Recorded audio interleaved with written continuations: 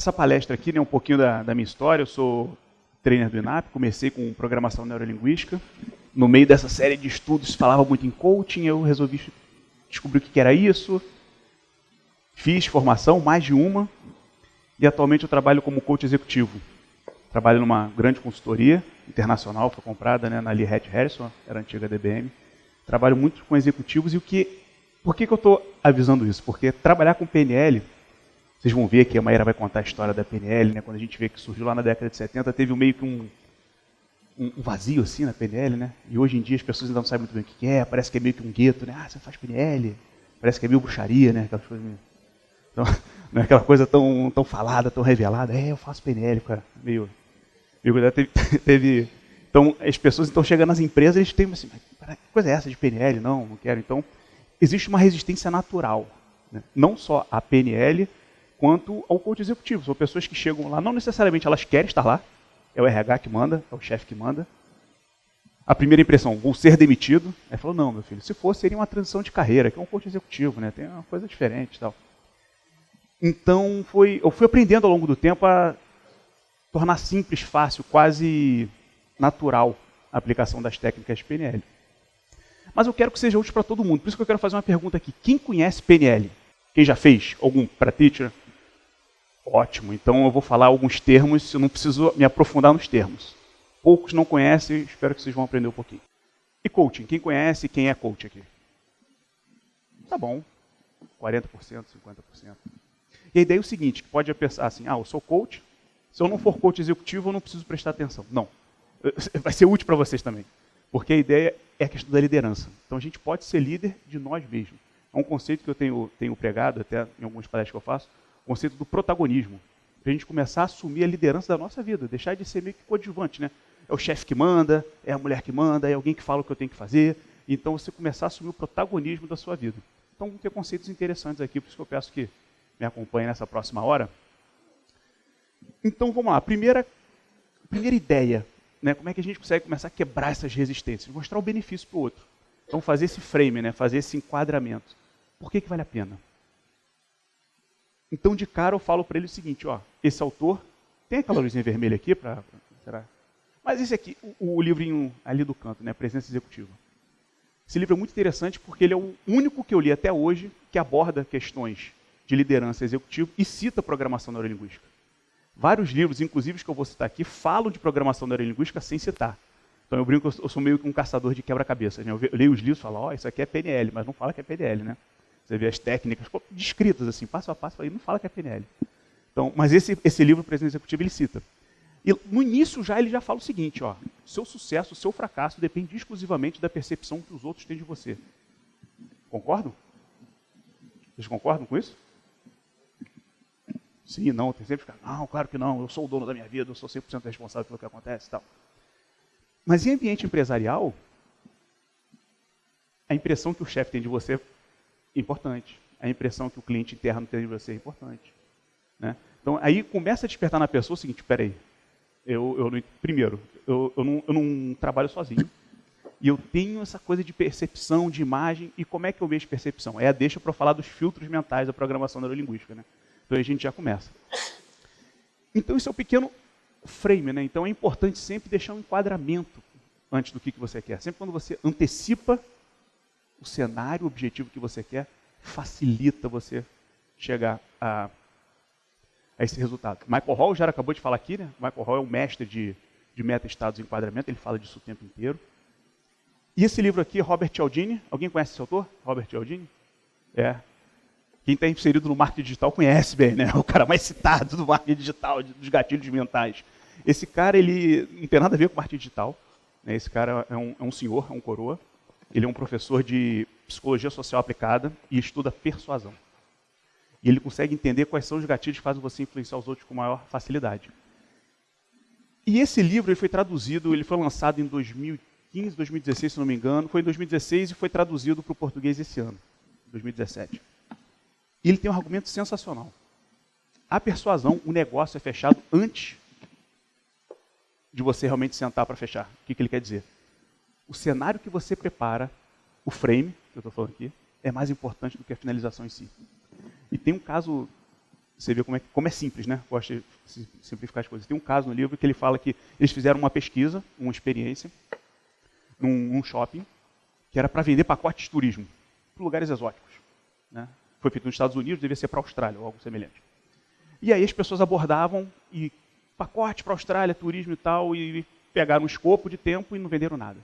Aí ele falou o seguinte, faz uma pergunta antes. Você aborda a pessoa e fala, você é aventureiro? Você se sente um cara aventureiro? Sim, claro. Então tem um pacote aqui interessante para você, ó, na Austrália e tal. Só fazer essa pergunta aumentou em 80% o número de vendas. Assim, não, é mentira essa coisa, né? Aí quando a gente fala de enquadramento, quando fala de sugestão, aí você entende o quê? PNL. Mas ele não fala que é PNL, mas tudo bem. Então vocês estão começando a entender aqui o argumento que eu estou trabalhando com vocês, né? E aí quando eu trabalho com executivos, a gente pode depois trazer esse enquadramento para a nossa vida, que é o seguinte. As pessoas são contratadas pelas suas habilidades técnicas. Você é muito bom naquilo, você faz várias provas de seleção e você passa. Só que você é demitido pelas inabilidades comportamentais. Você é um gênio, e desculpe o jargão da palavra, um babaca no comportamento, né? Você é um gênio, sabe, mas é intratável. Você não consegue lidar com a pessoa, aí você é demitido. Então ela começa a refletir o seguinte, tá, então o que eu preciso? Eu preciso não preciso aprender conteúdo do livro, eu preciso aprender a me comportar. E PNL é fera nisso. Né? Programação neurolinguística, você mexe, já mostrou aqui a pirâmide de níveis neurológicos, comportamento está lá embaixo. E quando a gente trabalha comportamento, é relativamente simples. Só que as pessoas têm uma dificuldade de entender o que é comportamento. Eles acham que, não, eu ajo assim porque eu sou assim. Quando você começa a falar com as pessoas, normalmente o problema vem direto na identidade. Pá, é identidade ou crença, de cara. Então quando você traz para comportamento, ele começa a entender que é mais fácil ele mudar o comportamento dele. A partir de um contexto, né? E quando a gente chega lá no RH, a gente vai fazer o que a gente chama de uma reunião, um acordo de coaching. Você fala, beleza, eu vou tratar fulano, vamos trabalhar com fulano. O que você quer que eu faça com ele? Temos poderes mágicos, né? O que você quer que eu faça? E normalmente as queixas são essas. Né? Quando a gente fala de liderança, né? A gente está falando de liderança na PNL a gente chama de uma nominalização. Isso é um padrão de metamodelo que confunde muito as pessoas. Assim, o que é liderança? Liderança é um termo abstrato. Eles falam, vamos trazer para ação. Como é que você lidera? O que você faz para liderar os outros? Qual o seu exemplo liderando as pessoas? O que eu estou fazendo, estou tirando de um campo abstrato, trazendo para ação, trazendo para comportamento. Fica aqui uma dica forte. Quem tem problema de relacionamento, perceba como você pode se relacionar melhor. Quem tem problema de comunicação, como é que você pode se comunicar melhor com as pessoas? É trazer para ação, trazer para comportamento. E aí, esses são os verbos aqui do que seria liderar melhor.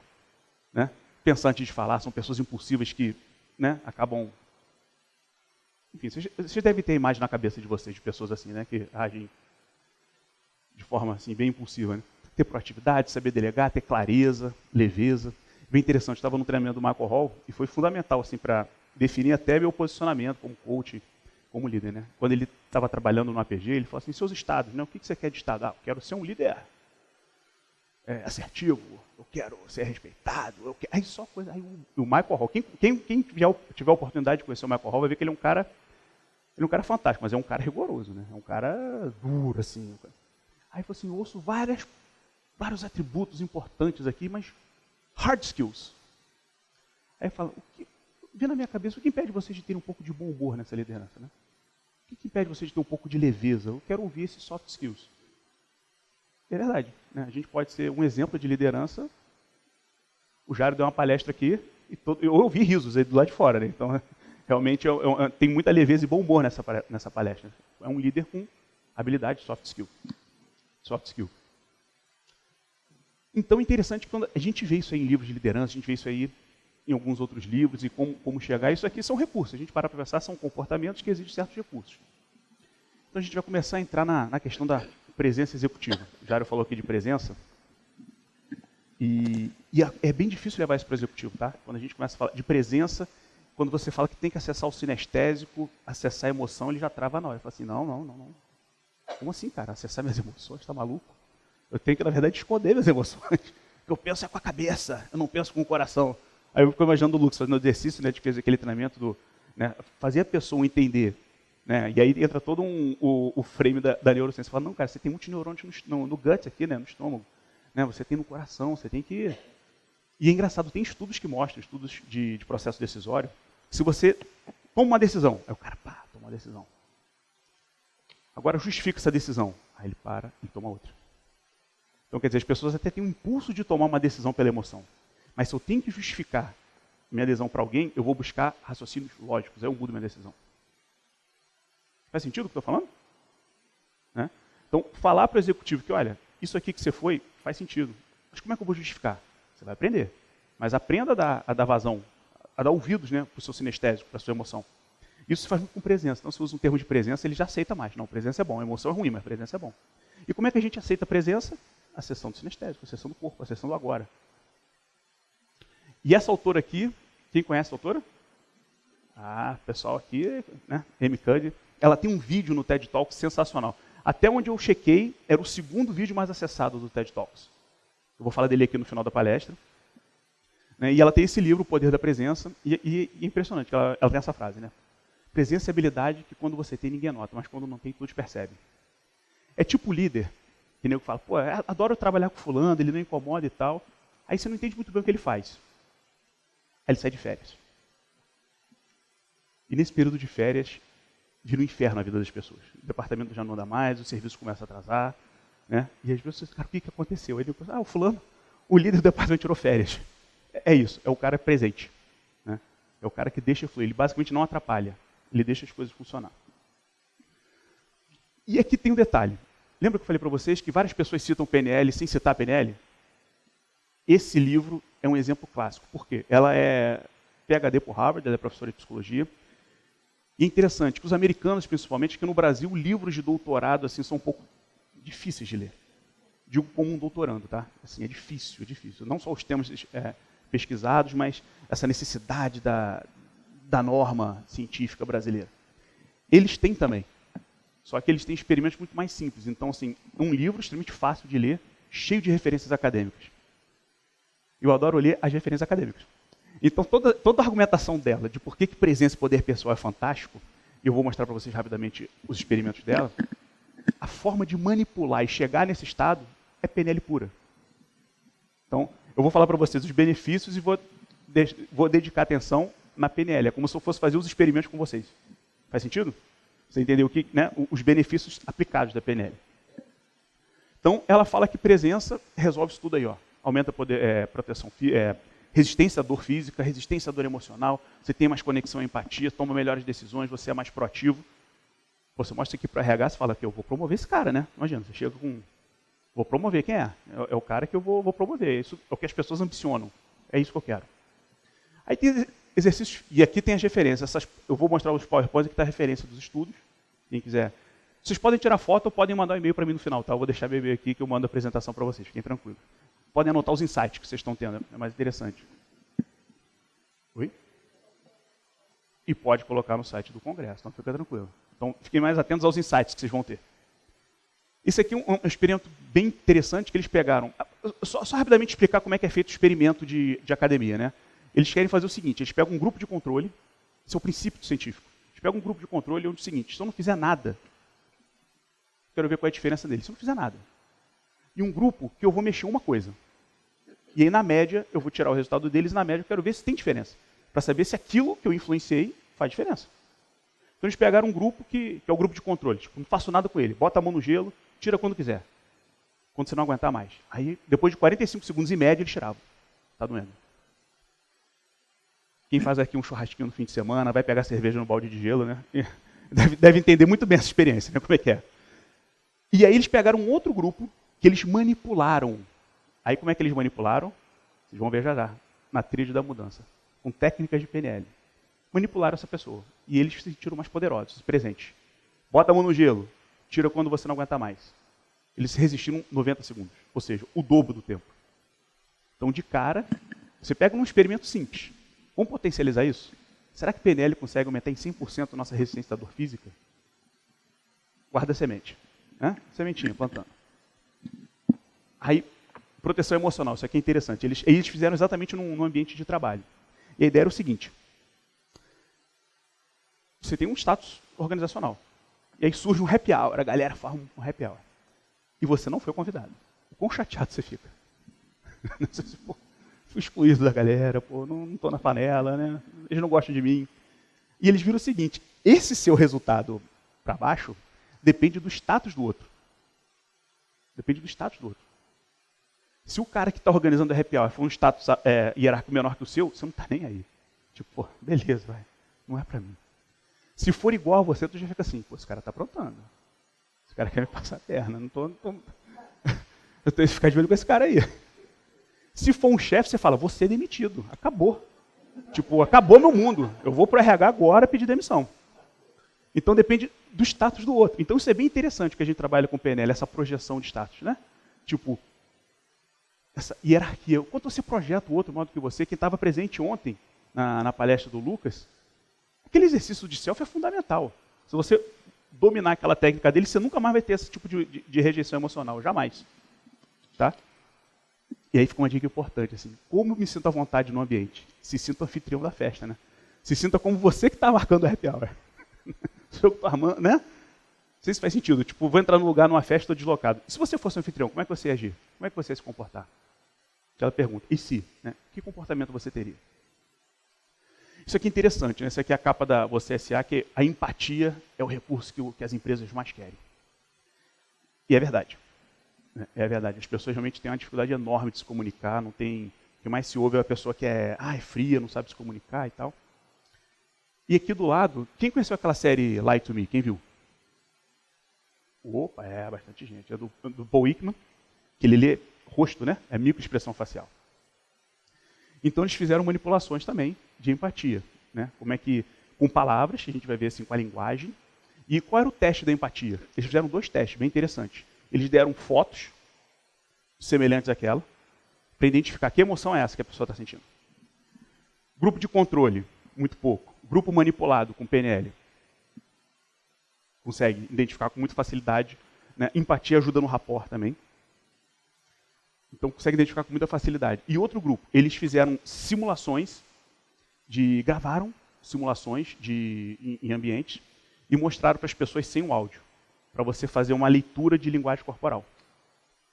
Grupo de controle, tipo, não sei o que está acontecendo. Grupo manipulado, conseguiu identificar, conseguiu entender o que estava sendo dialogado, qual era o contexto daquela encenação. E proatividade.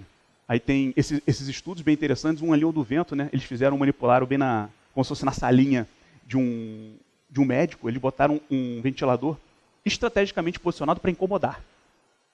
Eles queriam saber o seguinte, quem teria a coragem de levantar e fazer alguma coisa? Tipo, desligar, mudar de lugar, ou ele mudar de lugar, né? Grupo de controle, acho que foi 40% das pessoas, que realmente estava incomodando. Então, assim, até quem não conhece PNL tem uma certa proatividade, certo? Mas quem conhecia? 80%.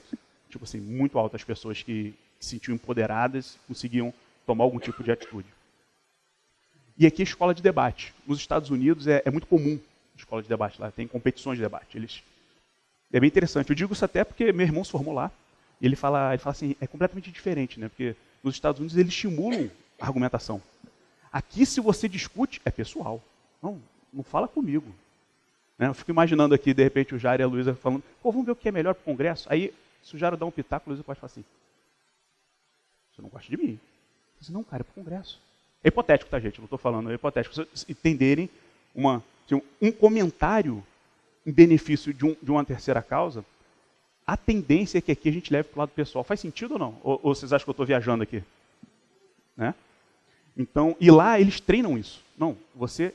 E aí é uma dica interessante. Aí dica para quem quer apresentar notícia ruim.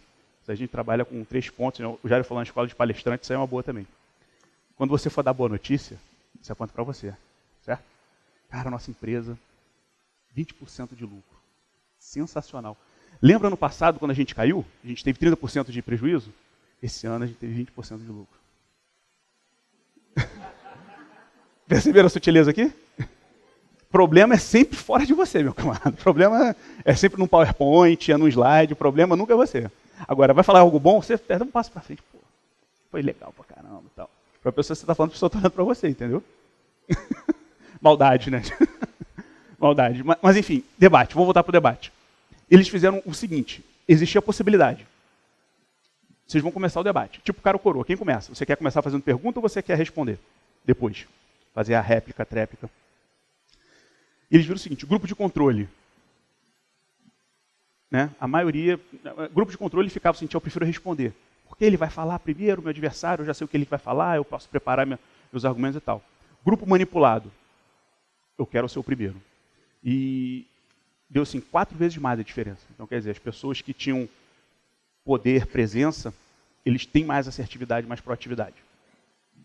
Ah, legal, estou entendendo, faz sentido, já sei que tem resultados comprovados cientificamente, né? Validados pela MCUD lá de Harvard e tal. E aí, por que você está falando tudo isso? Lembra que eu falei? É a manipulação que me interessa. Mas no bom sentido, não é a manipulação no bom sentido. É o que eles fizeram para poder influenciar presença e poder pessoal. E PNL, né? PNL. E essa frase eu aprendi com o Jairo, consciência é remédio. E é isso que eu faço para os executivos, eu quero que vocês saiam daqui também com essa clareza. Eu posso, de propósito, ter os recursos que eu quero. De propósito. PNL faz isso, faz a gente pensar de propósito. PNL faz a gente organizar nossas ideias, entender qual é a nossa estrutura de pensamento, e eu falo assim, eu quero esse recurso. Então eu consigo. Eu quero esse comportamento. Então eu consigo.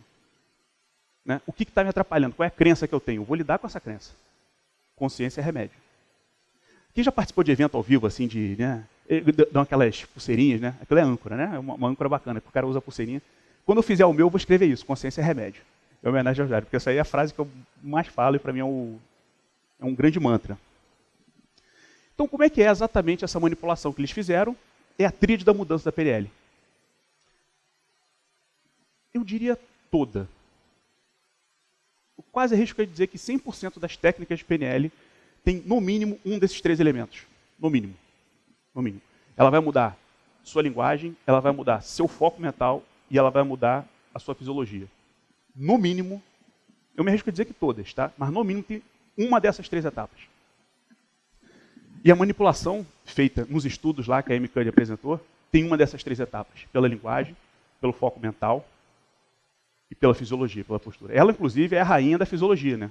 Quem já viu os vídeos dela, que eu vou mostrar aqui depois, não um vídeo, mas o experimento dela é da fisiologia, a postura do super-herói. Então vamos lá, vamos começar com foco. Eu vou dar 2 técnicas, basicamente, de cada um desses tripés para vocês começarem a aplicar rapidamente. Foco. Isso aqui é o André Agassi, para quem não conhece, e eu gosto muito do Anthony Robbins, né? Adoro ele. Quem já viu Não Sou Seu Guru? Então olha só, tem um mercado a gente fora aqui, porque pouca gente viu o Anthony Robbins, né? Ele é o cara que massificou a PNL, digamos assim. E ele tem um caso que o André Agassi, para quem não conhece, ele foi o bad boy do tênis. Esse aqui é a versão da aposentadoria dele. Mas ele ficou conhecido mesmo, cabeludo, né? Num esporte que todo mundo é tradicional, ele tinha um cabelo grande, todo mundo jogava de branco, ele jogava com camisas coloridas. Ele casou com a Brooke Shields, que era o sex symbol dos anos 80. Ele era o bad boy do tênis. E aí ele ganhou muita coisa, foi campeão olímpico, ganhou a US Open e tal, e aí ele abandonou a carreira. Tipo, 95, 96, parou. Aí ficou 2 anos sem competir. Aí em 99 ele procurou o Anthony Robbins, né? Aí ele falou, pô, Tony, eu tô querendo fazer um coach contigo, porque eu quero abrir uma escola. Ele tem uma escola até hoje, lá se eu não me engano, é na Flórida, acho que é na Flórida, se eu não me engano, de tênis. Ele tem serviços de até voluntários com crianças, é gratuita essa escolinha dele. Ele queria tocar assim, o legado dele. Aí o Anthony Robbins falou assim, cara, é que eu não sei o termo em inglês, mas seria o equivalente seguinte, você está de mimimi, cara. Isso é história, que você quer se aposentar, mentira. Você tem muita lenha para queimar. Isso foi em 99. Aí o André falou, não, pô. Você é o Tony Robbins, tudo bem, mas eu sou o André Agassi, eu sei o que eu quero da minha vida. Aí ele falou, não, cara, eu vou te provar que você está de mimimi. Aí ele pegou 2 fitas VHS. 99 era VHS, tá, gente? Não tinha Blu-ray, nem pensar, né? Tinha no máximo aqueles laser discs, aqueles grandes, né? Parecia um desvinil a laser, aquelas coisas horrorosas. Né? Nem um ano durou no mercado. Aí ele pegou 2 fitas VHS e botou lá. Uma era antes do Agassi jogar uma final que ele perdeu, provavelmente para o Pete Sampras, que eram os duelos épicos da época. E o Agassi estava assim. Quem acompanha tênis sabe, né? Aquela hora que está no aquecimento, aí divide tela, vem todas as estatísticas do atleta aqui, e fica mostrando o cara aqui. Ele estava meio apático e tal. Aí o Tony perguntou, aí, o que você estava pensando nessa hora aí? Aí o Agassi olhou e falou, pô, cara, provavelmente eu estava lembrando da última vez que eu joguei com o Pete, eu sei qual é o ponto forte dele, eu tinha que me defender. Acho que é isso aí. Estava pensando na última vez que eu joguei com ele, que provavelmente eu perdi. Resultado, ele perdeu aquele jogo. Aí ele trocou a fita. Aí botou uma outra fita que o Agassi estava outra cara. Pá. enérgico, assim, né, vibrante. Aí, né, segundo o Tony Robbins, o André Agassi até regalou o olho e falou, então aí, ó, o que você estava pensando antes dessa partida? Aí o Agassi riu e falou, como é que o cara teve a coragem de aparecer, né? Tipo, aí o Tony falou, pois é, eu faço você voltar a pensar dessa maneira. Aí ele está contratado. Para quem não lembra, em 99, o que aconteceu? André Agassi ganhou o Roland Garros pela primeira vez e conseguiu fechar o Grand Slam. O Grand Slam, na verdade, são os 4 grandes torneios americanos. E o atleta, o tênis, consegue fechar o Grand Slam e fechar os 4 no mesmo ano. Como é praticamente impossível, naquela época estavam acertando. Pode fechar os 4 em anos alternados, não tem problema. Aí ele conseguiu fechar, ganhando o Roland Garros. Conheceu a Steph Graf, casou com ela, tem 2 filhos, agora está casado até hoje, até onde eu sei.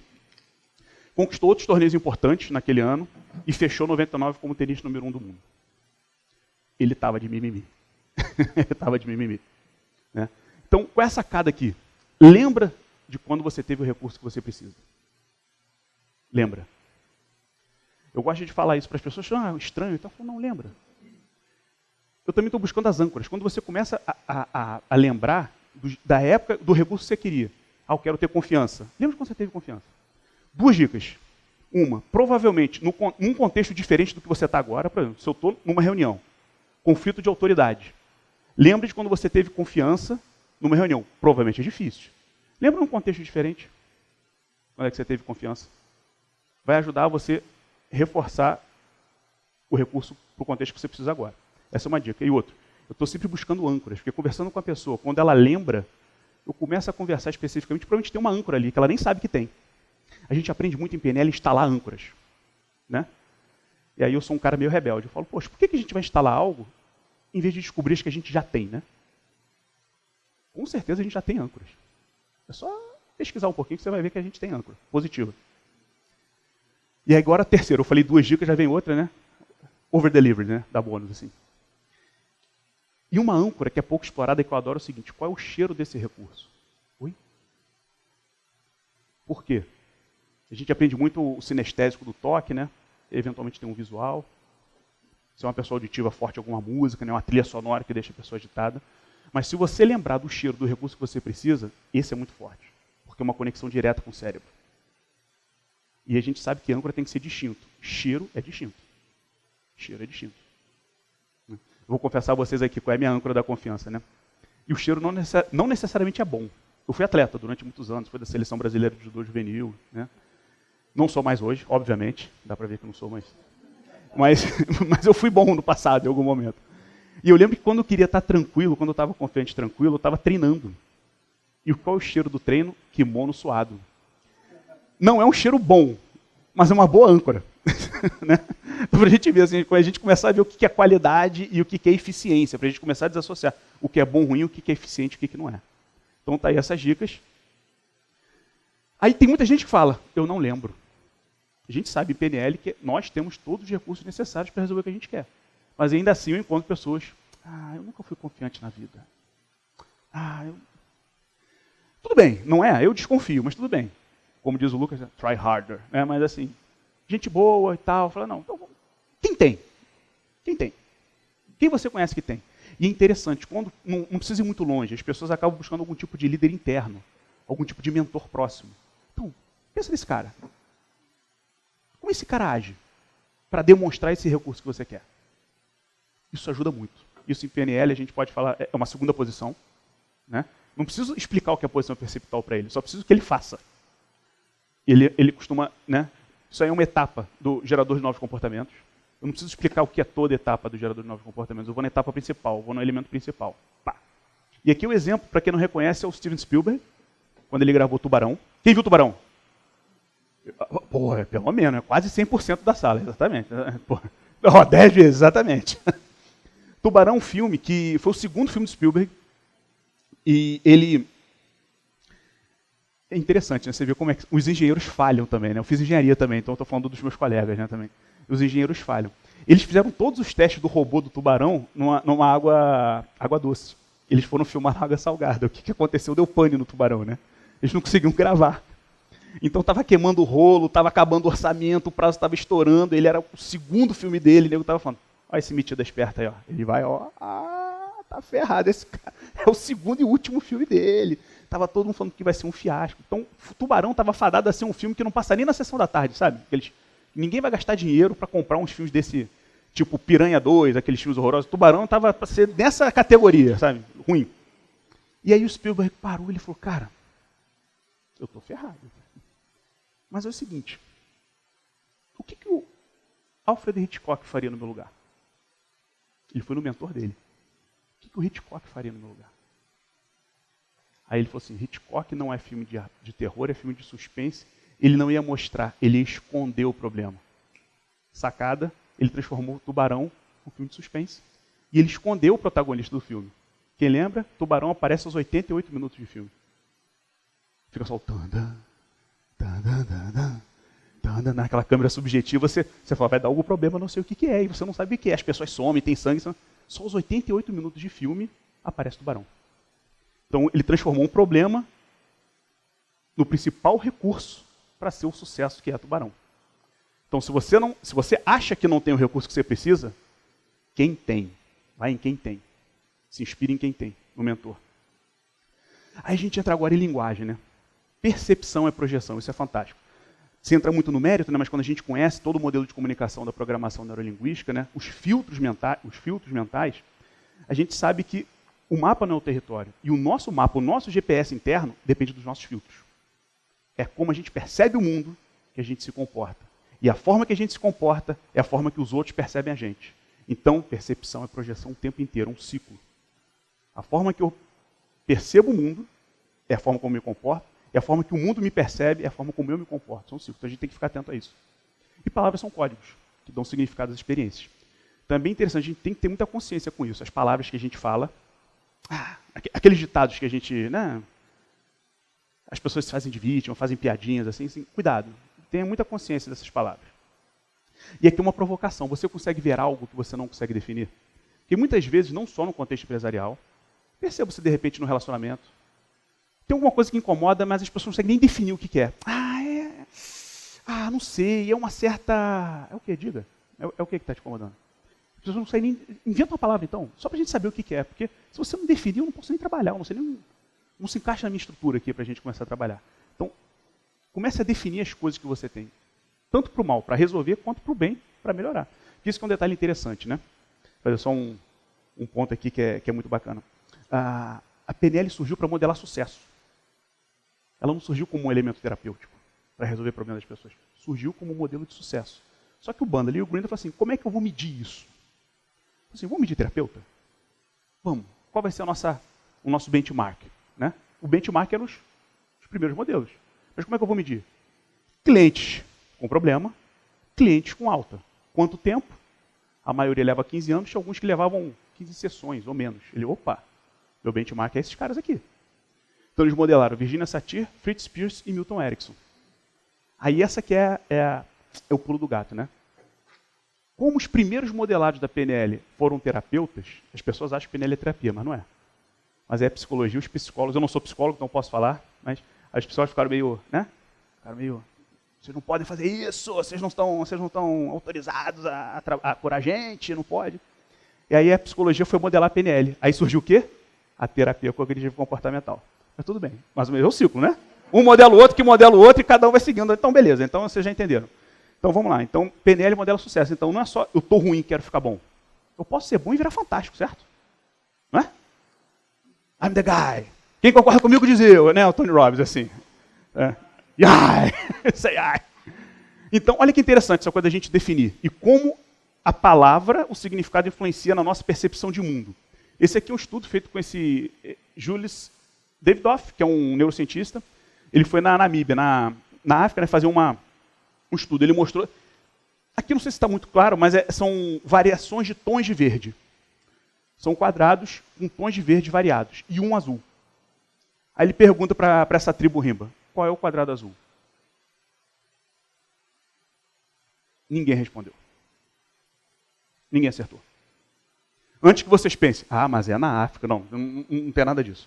Porque é fácil, é só a exclusão, é o único que não é verde. Olha a gravidade do problema. Qual é a cor azul? Eles não sabiam que era azul. Eles não sabiam que era azul. Não existia essa palavra para eles. Então ele falou assim, você está falando, cara? Né? Aí ele falou, vamos ver se o problema é esse. Aí ele trocou o azul, ele trocou o azul por um outro verde, numa outra tonalidade. Aí ele perguntou, qual é o tom mais claro? Todo mundo acertou. Eu sei que não está uma definição boa, e eu sou daltônico também, eu não consigo distinguir diferença, né? Mas assim, eles conseguiram. Eles conseguiram.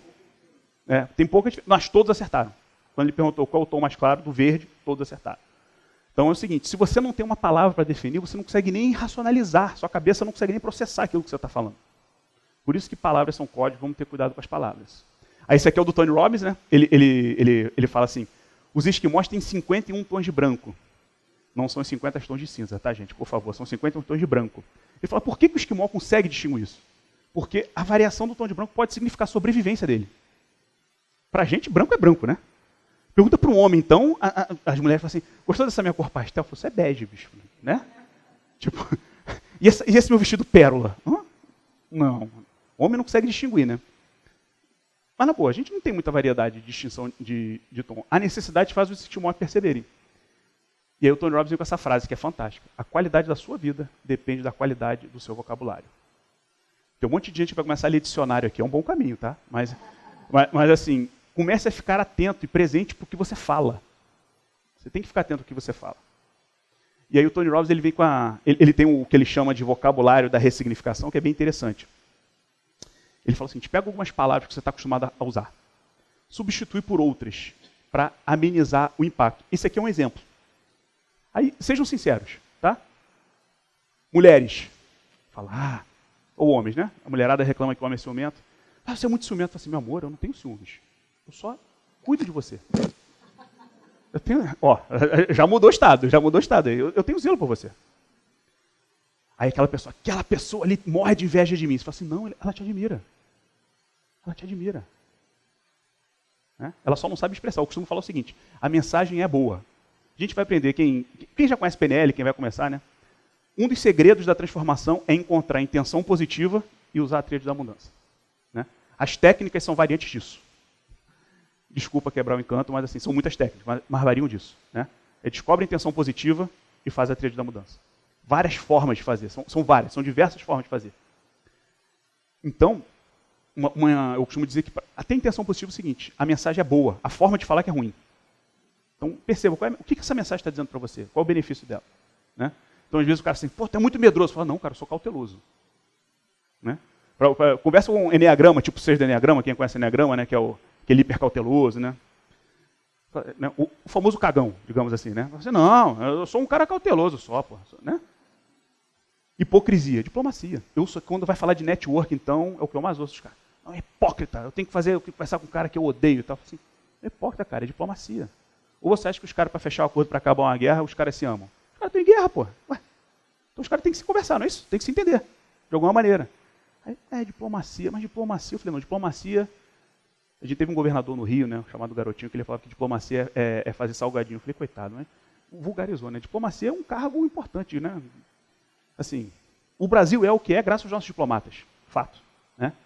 Essa extensão territorial continental é os diplomatas. Né? O Instituto Rio Branco, talvez, sem entrar muito na política, é o que está mais ainda protegido de influências políticas e tal. Então a diplomacia é importante. Então eu sempre falo, cara, estuda um pouquinho de diplomacia, até surgir nos livros, né? Eu fiz uma pós-graduação em Relações Internacionais, até brinco, né? Que eu fiz Engenharia de Produção e Comunicação. Eu me sinto que nem o lado matemático do Bandler e o lado linguístico do Grinder, né? E fiz uma pós em Relações Internacionais. Eu falei, cara, eu coloquei o Diltz na minha vida, eu estou incorporando isso tudo, né? Né? A gente acredita no que a gente quer, não é isso?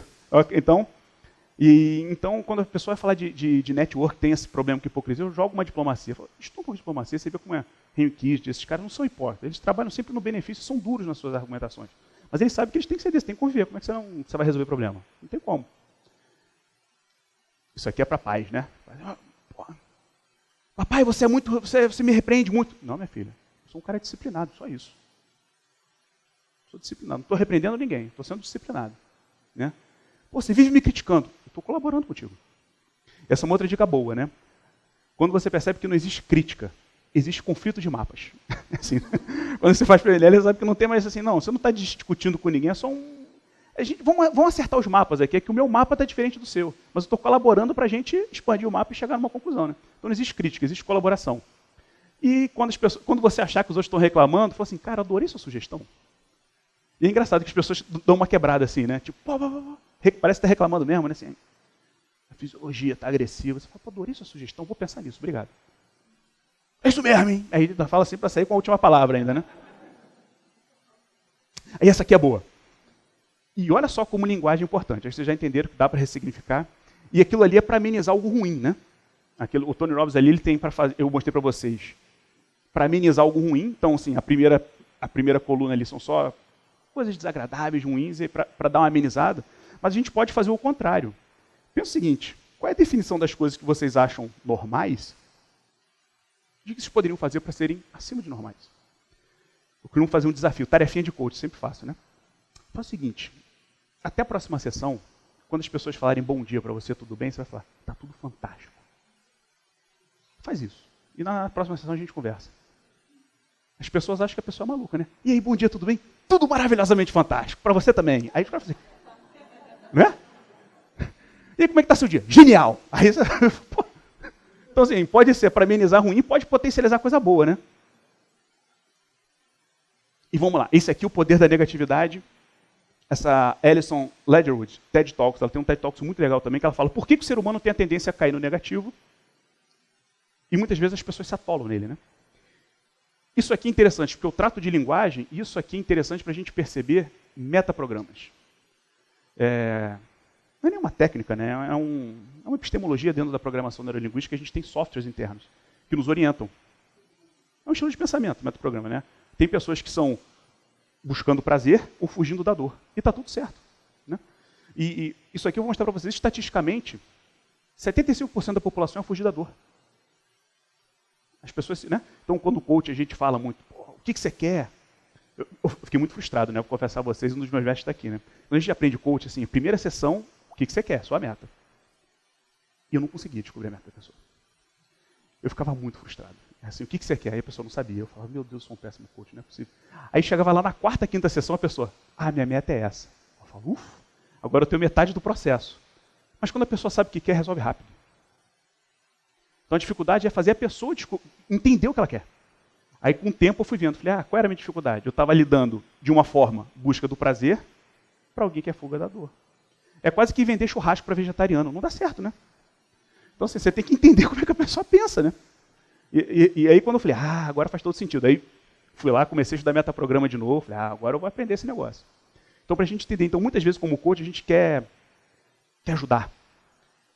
Eu sempre peço permissão para as pessoas, mas às vezes eu falo assim, cara, tem que ser mal agora. Eu não queria, mas posso? Pode. Aí, mas eu já tô com a lama aqui. Eu falei, pois é, quando tiver no nariz você vai fazer alguma coisa, porque quando está aqui você está respirando, está tranquila. Né? Tem uma frase boa do Anthony Robbins também. Se você sabe o que você tem que fazer, mas ainda não fez, é porque não está doendo o suficiente. Não está doendo o suficiente. Se você sabe o que você tem que fazer, mas você não fez ainda, é porque ainda não está doendo o suficiente. Então o nosso papel é o seguinte, tem que fazer doer, de alguma maneira, para a pessoa se movimentar e sair. Isso aqui mostra por quê. Né? É quase que um software do humano. Né? Então essa pesquisa da Alison Ledgerwood, ela mostra o seguinte, ela fez uma pesquisa muito fácil, ela falou assim, eu quero saber como é que a pessoa reage a estímulos externos. Então ela está lá toda monitorada, tipo aquela cabine do Silvio Santos, né? Sim, não, sabe? O cara fica... Você troca uma banana por um Jeep novo? Sim, não. Né?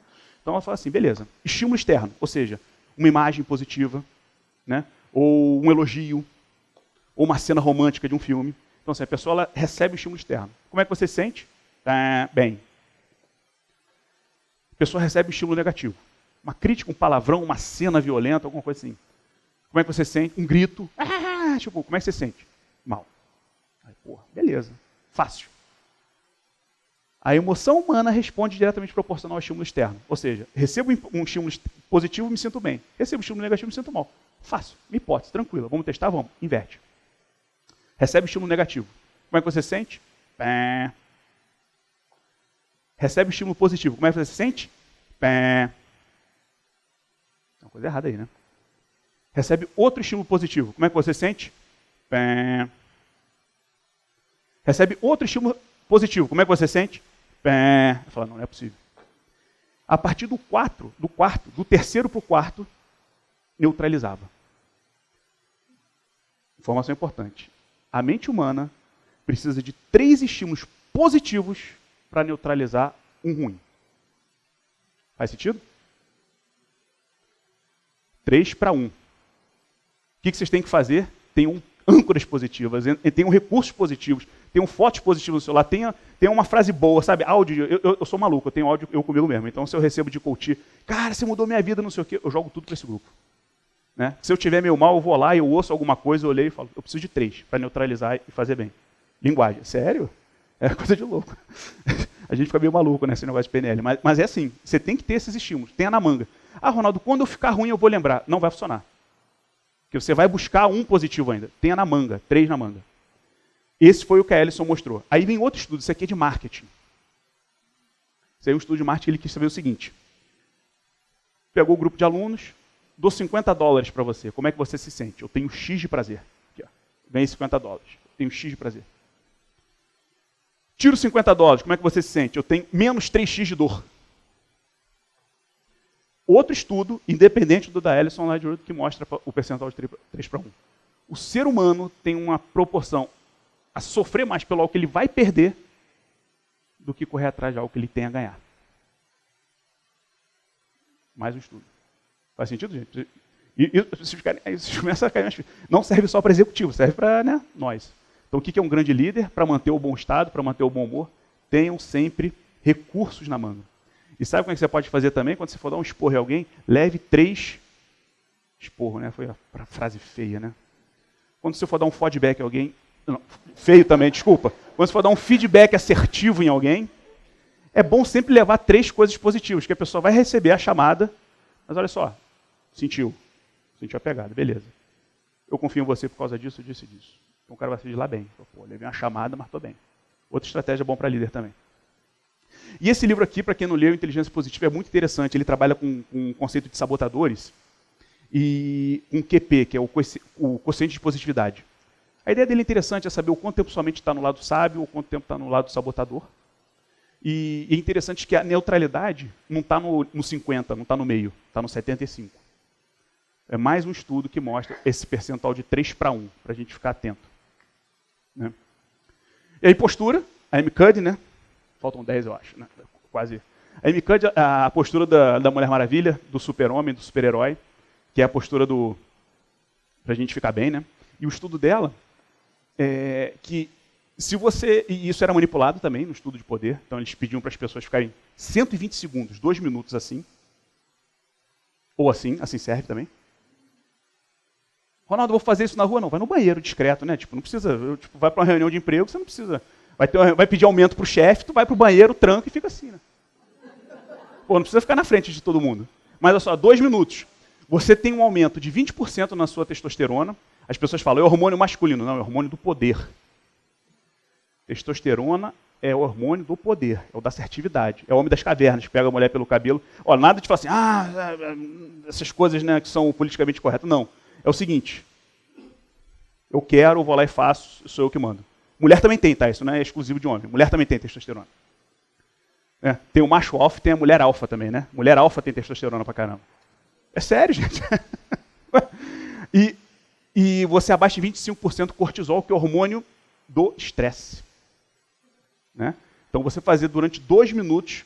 E é o seguinte, eles pediram para, se assim você ficar bem, eles pediram para fazer o contrário. Porque ela teve essa sacada, foi bem interessante, ela teve essa sacada com cegos. Que ela via que os atletas, quando chegavam na linha, iam ganhar uma corrida ou subia no pódio, todo mundo fazia assim, né? E ela falou, pô, legal. Só que ela viu que os cegos faziam nas Paralimpíadas. Ela falou, porra, como é que cego sabe? Ele não tem referência, né? O cego faz igualzinho que enxerga, mas se ele nunca tem referência, cego de nascença. Então ela falou, deve ter alguma coisa aí. E ela falou, pô, beleza, então... E o contraste, o oposto? A sacada dela, sabe onde é que foi? Antessala de entrevista de emprego. Aqueles caras que levam um livro, pô, vou tirar uma onda que eu sou intelectual, aí está esperando a entrevista, aí abre o livro, como é que a gente lê normalmente? Assim, né? Curvado, menor do que você normalmente é. Ou seja, você está estimulando a cair 10% da sua testosterona e aumentar em 15% o cortisol. Então guarda essa dica. Vou para uma entrevista de emprego, não leia um livro. Né? Faça outra coisa, mas não vai levar um livro para ler. Porque você está sempre... A ideia é o seguinte, estou menor do que eu sou. Estou maior do que eu sou. 2 minutos tem essa diferença. E medida, eles tiraram um cotonete antes e depois. Né? Então isso aqui, para ver como a sua fisiologia importa. E esse aqui é inspirado também em Reprogramação Mental por Identidade, do Timothy Geller, do Jogo Interior do Tênis. É bem interessante. Ele surgiu, esse livro foi em 72, né? O Inner Game of Tennis foi publicado em 72, na Califórnia. Em 74 foi a Estrutura da Magia, do Bandler Grinder.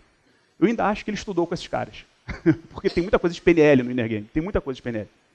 Mas como ele publicou antes, então, não, necessariamente não dá para acreditar, mas tem muita coisa boa. E uma delas é essa questão de postura. Ele fala da reprogramação por identidade. Então ele chegava para os alunos, ele fala o seguinte, isso eu faço com os meus coaches também. Ele falava, hoje eu não sou um professor de tênis, hoje eu sou um diretor de comercial. E você não é um atleta, você é um ator, uma atriz, simples. Eu vou gravar um comercial, e eu não quero saber onde você vai bater com a bolinha. Eu não quero nem saber se você vai acertar a bolinha. A bolinha vai vir, eu não quero saber se está acertando ou não. Não quero saber se vai atravessar a rede ou não. Eu só estou focado em você, close. Eu estou focado em close. Em close. Só estou focado em close. Eu estou focado na sua expressão. Sua tarefa é, você sabe representar um campeão de tênis? Você sabe representar um cara que é líder do ranking internacional de tênis? É só isso que eu quero. O que eu estou pedindo para a pessoa? Associar estado de recursos. É só isso. Então, o cara, assim, você consegue interpretar um líder assertivo? Um cara que é dono dessa vaga? Você consegue interpretar? Mexeu na fisiologia, eu falei, é isso aí. Às vezes até dá para ancorar, né? Mas, assim, é isso que eu preciso que o cara faça. Então, são esses exercícios de postura. E aí eu vou avançar um pouquinho. Temos 5 minutos ainda, então vai ser rápido, né? Porque executivo, isso aqui é uma forma simples de falar. Quem conhece PNL, entendeu os recursos de PNL aqui? Deu para reconhecer? Quem não conhece PNL, achou que dá para aplicar isso? Sim. Não. Sim. Né? Que esse é o objetivo. E aí tem o seguinte, executivo gosta muito de papel, de Canva, de estratégia. Né? Então, aí com o tempo eu acabei elaborando que eu falo para eles, vamos fazer agora o seguinte, vamos organizar isso tudo que a gente está aprendendo? Uma matriz de liderança. O cara gosta, né? Nas internas eu chamo de PNL Canva. Né? Porque eu peguei alguns recursos de PNL e botei num Canva. Que é isso aqui, ó. Né?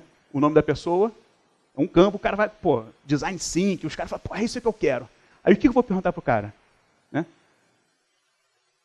Onde você quer ter isso? Provavelmente na próxima reunião dele. Né? Eu estou querendo saber o quê? O ambiente do Divino Neurológicos. O que você vai estar fazendo? Comportamento. Né? Quais os recursos que você precisa, nível de capacidade? Sabe? O que você precisa acreditar? O que precisa ser verdade? Que valor você tem que acessar? Né? Quem você é quando você faz isso? Identidade. Aqui tem as perguntas, aqui fica mais fácil. Ó. Eu falei que não precisa anotar, era só para ter os insights. Né? Então, eu começo a fazer perguntas que envolvem técnicas de programação neurolinguística que o cara fica no papel, o cara imprime isso aqui, o cara bota para sempre ficar se programando. Né? Onde e quando você quer ter essa postura? Uma reunião, né? Normalmente reunião é importante, alguma coisa que o cara tem que fazer. Né? O que você está fazendo? Quais são as ações, as atividades, quais são os hábitos que vão estar envolvidos? Né? Como você vai fazer? Quais são as capacidades? Recursos internos e externos que você tem? O que você precisa desenvolver se você não tem? Atenção, o que você precisa dar foco? Aí o cara fala, eu acho que eu preciso ter mais confiança. Aí o que eu faço? Volto lá para a postura. Volto lá para o inner game. Né? Então, se você for um ator, como é que você vai interpretar isso? Quando é que você teve? Que tipo de palavra alguém com confiança usa? Estou buscando também âncoras semânticas para ele. Né? Crenças e valores, qual o seu propósito na palavra? O que faz você fazer isso? O que você precisa acreditar que é verdade? Eu sempre dou algumas dicas, ou de livro, ou de frases. Né?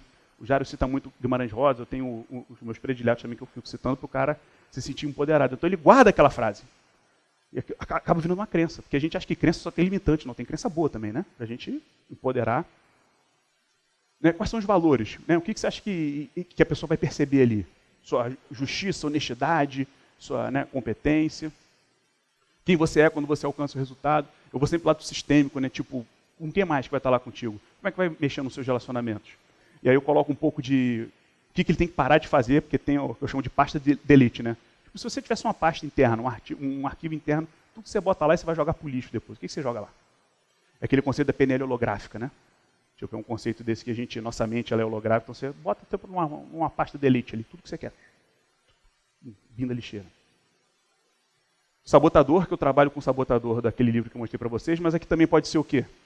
O auditivo interno dele ruim. O que ele fala para ele?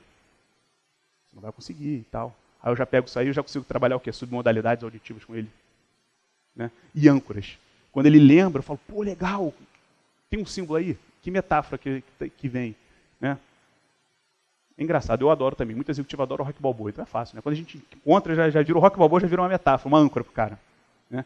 Eu vou sempre no cheiro também. Esse cheiro as pessoas gostam. Eu tenho uma coach que ela é diretora de uma empresa grande farmacêutica, e quando eu falei isso para ela, ela vibrava, né? E ela, pô, mas é isso mesmo, porra, tu sabia disso também? Eu falei, não, só estuda um pouquinho então. É bom que eu conto essa história para as outras pessoas e acaba virando uma referência boa, assim, né? Tipo, o que é mesmo? Né? O cheiro é uma âncora fortíssima. E pessoal, é isso aí, ó. Então a ideia é o seguinte, que se vocês quiserem viver com um propósito, né, fazer a vida de vocês valer a pena, vocês têm que começar a pensar de propósito. E para isso, PNL é insuperável. Né? Ó,